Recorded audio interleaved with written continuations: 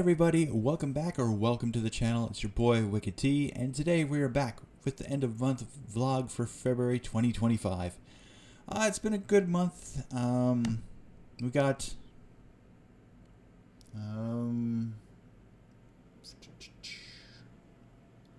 4, 8, 12, 16, including this one, about 20 to 24, oh no, 23 videos. Some of them are the shorts from the readings of Frightful Folklore of North America. I think I'm on number 7 already, so I missed 1 week.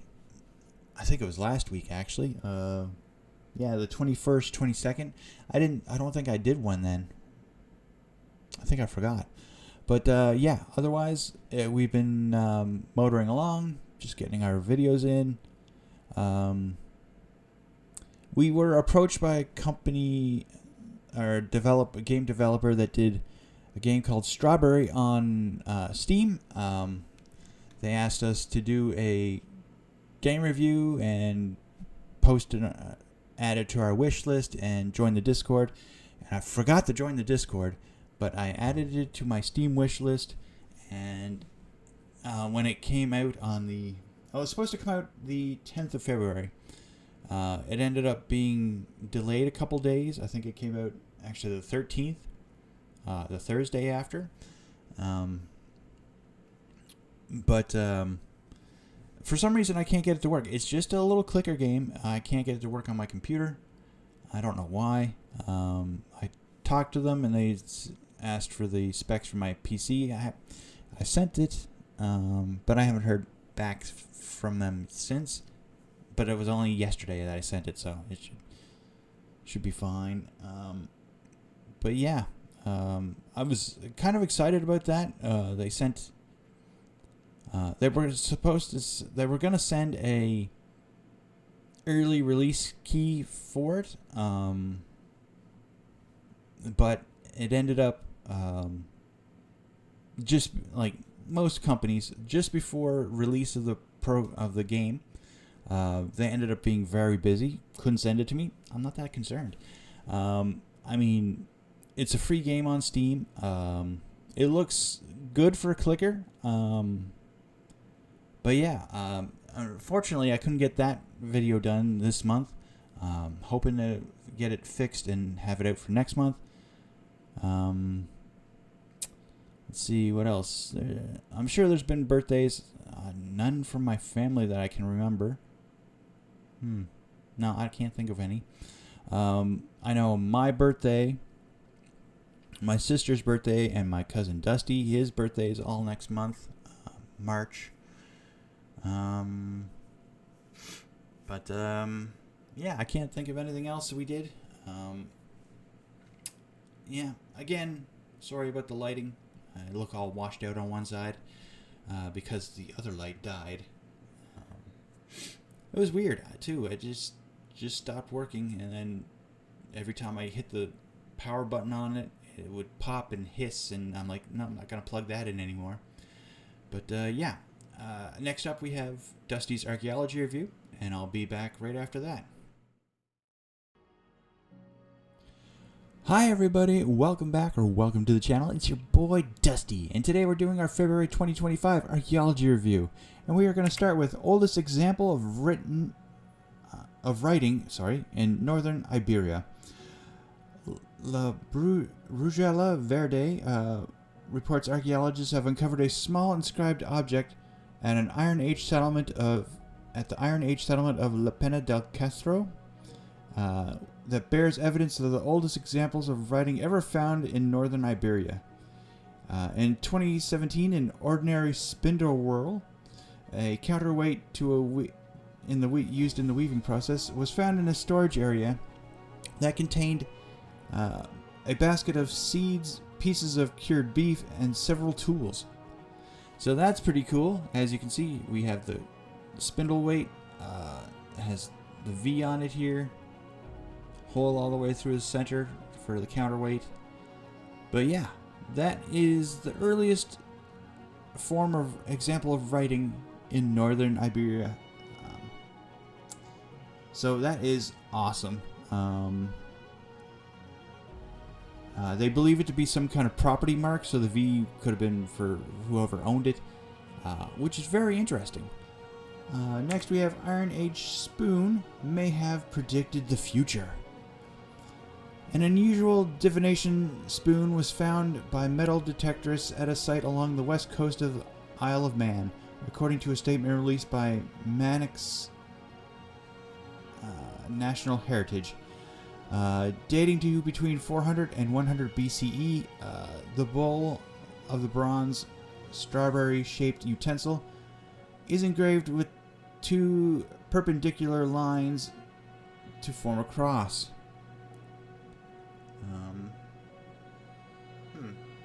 I can't. I guess that could be it. It could be here and here. But otherwise, I don't see any other lines on it. Well, let's get the mouse back off the screen.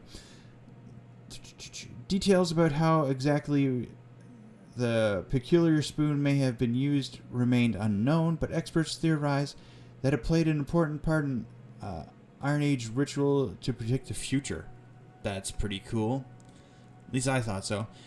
February this year, there was, because there are only 28 days in February, we had quite a bit of archaeological data come out most days. I think there were, when I was looking back through the archaeology website, there were 4 days where I noticed that there wasn't anything reported, but that was it. So the other 24 had at least one article reported on. But anyway, next we have London's first Roman basilica unearthed. The remnants of one of the early Roman London's most important buildings was discovered beneath an office building at 85 Grace Church Street in the city centre, according to a statement released by the Museum of London Archaeology. Archaeologists uncovered a section of 30-foot long stone wall that they believe belongs to the city's first basilica, which was built in the 70s or 80s AD. Not AD. CE, sorry, my bad. I still don't know why Archaeology magazine hasn't gotten with the times and switched everything from BC and AD to BCE and CE. I don't know. Those darn Calvinists. But yeah, so this is the overview of what they found. This is the wall. This is it here. Close-up view. Close-up side view by the looks of it. So this is what they believe is the first foundation for the first basilica ever erected in London. So by the Romans. And as you can tell from this, it's down quite deep. What's that? About maybe 2 meters? Meter and a half, 2 meters. But they go down deeper over in this corner here, so that's pretty cool. What else is there? Roman basilicas were typically located within the Forum, which was a social, political, and religious center in a Roman town. So yeah, it's pretty big. That's usually in every Roman city. There's always a forum, because politics was very important to them. But yeah, that is also awesome. I love to see when they do renovations in old cities like London, them finding new stuff. It's always cool. Next we have oldest stone blade production in Arabia. According to La Brujula Verde report, an international team of researchers led by a gentleman from Friedrich Schiller University uncovered an 80,000-year-old stone blade at the rock at the rock shelter site of Jebel Faya in the Emirate of Sharjah. The assemblage is a long row of flakes with parallel edges that was dated using luminescence technology and represented the oldest systematic stone blade production by Homo sapiens ever found in the Arabian Peninsula. So here you can see this is much later. This stone wall is much later. I'm assuming that like a lot of these would be shavings and everything down in this pit would be chips off these stones. So this is their dig site, and this is some of the stuff they found, sketches of some of the stuff they found. I couldn't find a picture of it. I looked in other sources, but I could not find a picture of these stone blades anywhere. So that is pretty cool, I thought. Next we have Tomb of Thutmose II discovered in Egypt. The Art newspaper reports the Egyptian authorities announced the discovery of the long-lost final resting place of Egyptian pharaoh Thutmose II, who reigned from 1492 to 1479 BCE. He was the last missing tomb of the kings of the renowned 18th dynasty, which ruled Egypt from between 1550 to 1292 BCE, and was the first royal Egyptian burial unearthed since King Tutankhamun in 1922. Archaeologists confirmed that the previously unearthed grave chamber was where Thutmose II was originally interned. Because it is located 1.5 miles west of the Valley of the Kings and closer to the Valley of the Queens, they speculated the tomb might have actually belonged to one of Thutmose II's wives. However, a recent excavation within the tomb found alabaster jars bearing the inscription with the name Thutmose II, which refer to him as the deceased king, and convinced archaeologists that the king had once been buried there. The pharaoh himself was not in the tomb, as his mummified body had previously been removed from the site and relocated to for unknown reasons. It was found in another location in the 19th century, and his remains are today on display at the National Museum of Egyptian Civilization. So here's his tomb. This would have been, it looks like the stone had been knocked off, so there would have been inscriptions and stuff on here. Here's some of the jar pieces. There's his name in the cartouche. But yeah, so that's pretty cool. They found his tomb. I mean, they'd already found his body, but now they found his tomb where he was originally buried, and before he was moved. Not sure. They're not sure why, but judging by this, it looks like it was a good call. Everything looks smashed to crap, so either someone found it back in time, or I don't know. It's just crazy that they do stuff like this. Next we have Brazilian ship sunk by World War II U-boat located. According to CNN report, the Brazilian Navy confirmed the location of the shipwreck of Vital del Oliveira, 28 miles off the coast of Rio de Janeiro. The ship was transporting supplies and soldiers along the coast when it was torpedoed by a German U-boat U-861. On the night of June 19, 1944, the wreck was first reported 14 years ago, but was finally definitively identified using multi-beam side-scanning sonar. Multi-beam and side-scanning sonar. So this picture is the multi-beam, and this is the side-scanning sonar over here. So there's the ship. Here's the ship. Brazil was the only South American country to send troops to fight in World War II on behalf of the Allies, which caused German forces to retaliate. Vital del Oliveira was Brazilian Navy's greatest loss of the war. It carried 270 souls when it sank, 99 of whom perished. That's a little sad, but I'm glad they found the ship. It's crazy that Brazil was the only country to help out the Allies. Of course, I guess some places down in South America ended up having Nazis actually move there after the war.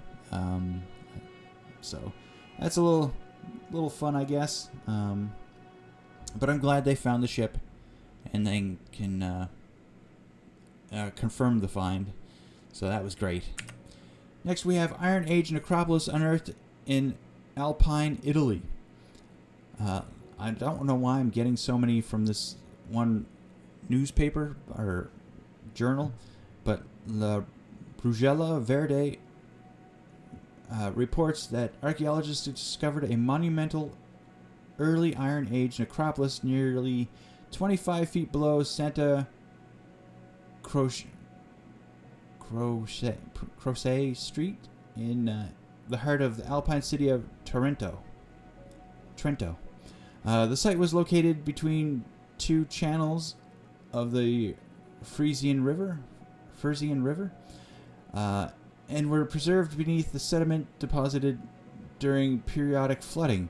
The cemetery consists of over 200 graves dating to between the 9th and 6th century BCE. Some marked by giant stone stelas reaching nearly 8 feet in height. Among the rich assemblages of funerary goods found within the tombs were weapons and ornamental objects inlaid with amber and glass paste.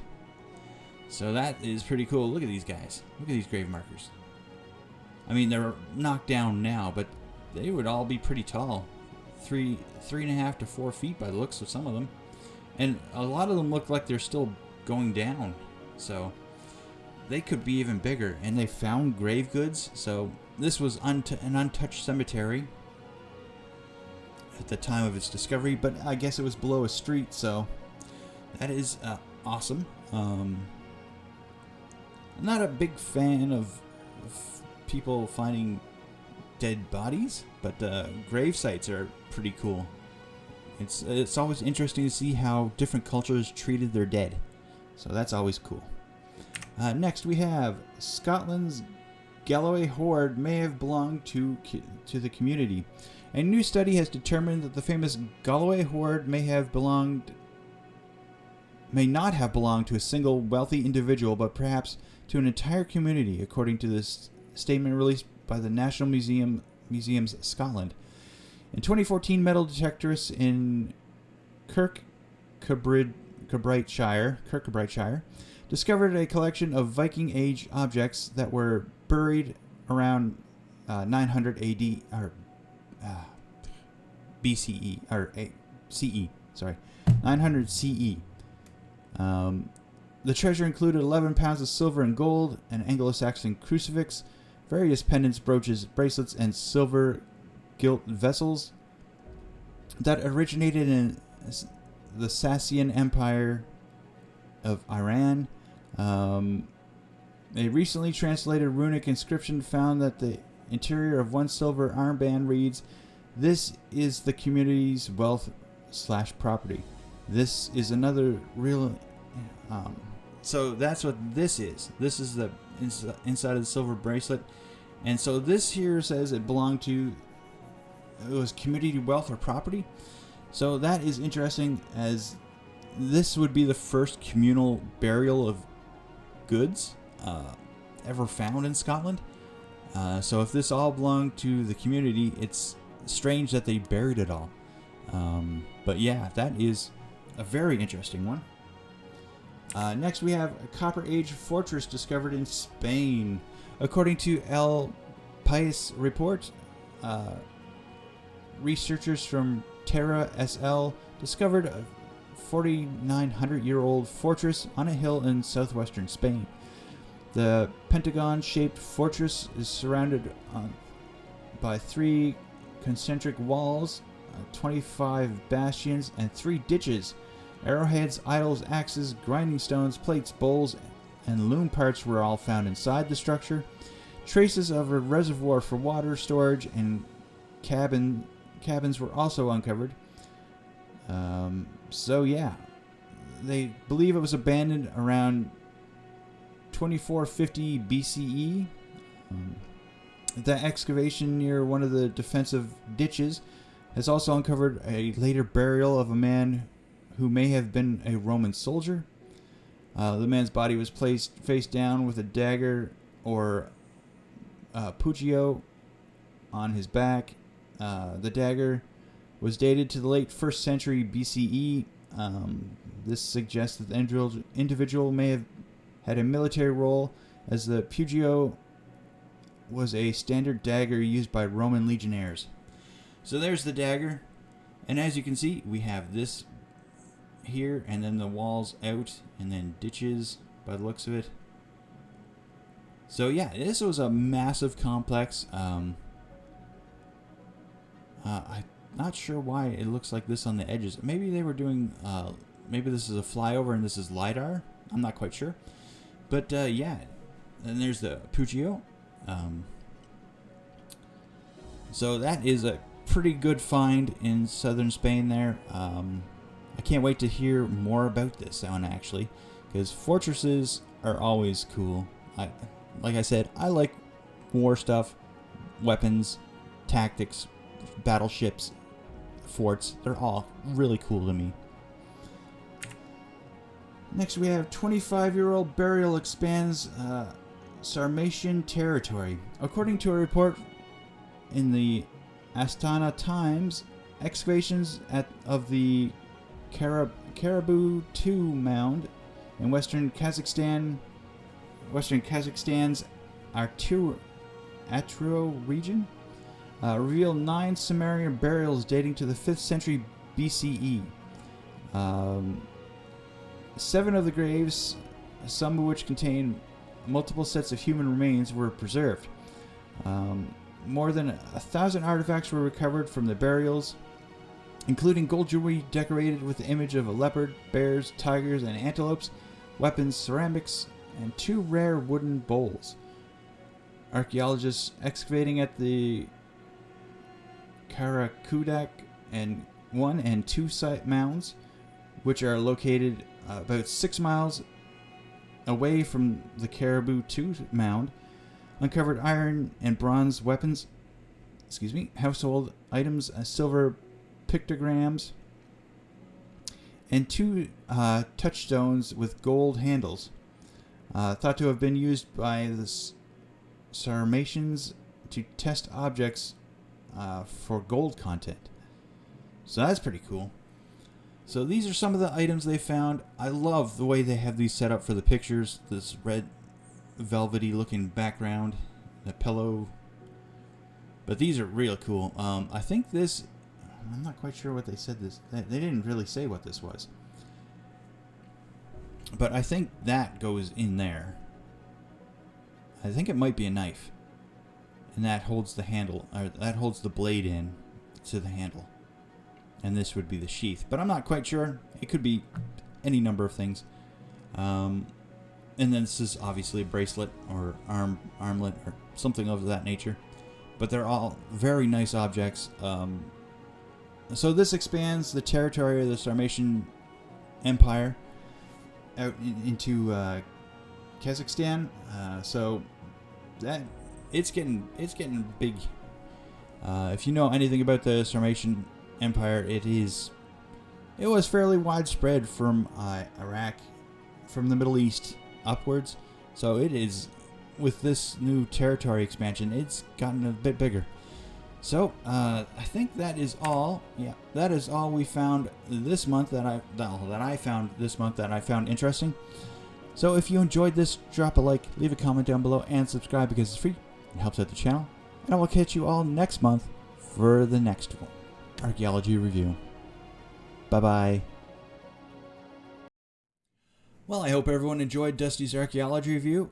Again, this month we went through it, and there was something on the archaeology magazine website every day this month, I think, except maybe 3 or 4. I can't remember what Dustee said, but there was something pretty much every day. And he is like, we both love archaeology.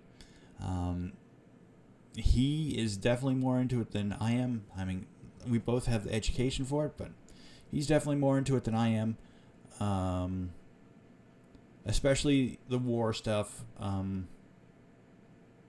Like myself, I took bioarchaeology, so I'm more into the graves and the burials, human remains, things of that nature. I also took a lot of forensic courses, so bodies don't bother me. He's not such a big fan of that. He is more of the objects and buildings kind of archaeologist. But yeah, he loves doing these archaeology reviews, so I'm gonna keep getting them to do that. But yeah, I hope everyone enjoyed it. Otherwise, this month has been pretty much the same. Oh, we started, I don't know why I'm bringing this up, but for the last, I guess it's been since the end of December 2024, actually. We have watched so many animes. It's crazy. We have a big list of ones that we want to watch, and we've been watching them pretty much nonstop. This past week, I guess it was this past weekend. Yeah, the 22nd, 23rd. I think we went through 5 different single season series, and it's mostly isekai stuff, but it's all fun. I can't believe how fun it is. But yeah, we've been doing a lot of that this month. But yeah, it's been a pretty standard month. Like I said, I'm sure there's been people's birthdays out there. Happy birthday to everyone in February. Happy birthday to everyone coming up in March. Yeah, we're going to just keep on motoring. I mean, the views haven't gone back up. Although I did do Dustee did a review of some of the updates for Amarillo's butt slapper. And that has already gotten 30 plus views, which is pretty good for I think it's only, once I edited it down, taking out some of the comments Dustee was saying because they were inappropriate. They're funny, but inappropriate. But once I edited it down, I think it was about 4 or 5 minutes long. It was just a quick little overview of the updates to that game. And yeah, it's already doing pretty well compared to everything else, which is kind of disappointing. But, things happen. The algorithm changes. So, that's been it for this month. I hope you enjoyed this vlog. If you did, drop a like, leave a comment down below, and subscribe because it's free and it helps out the channel. And I will catch you all at the end of next month. Bye-bye.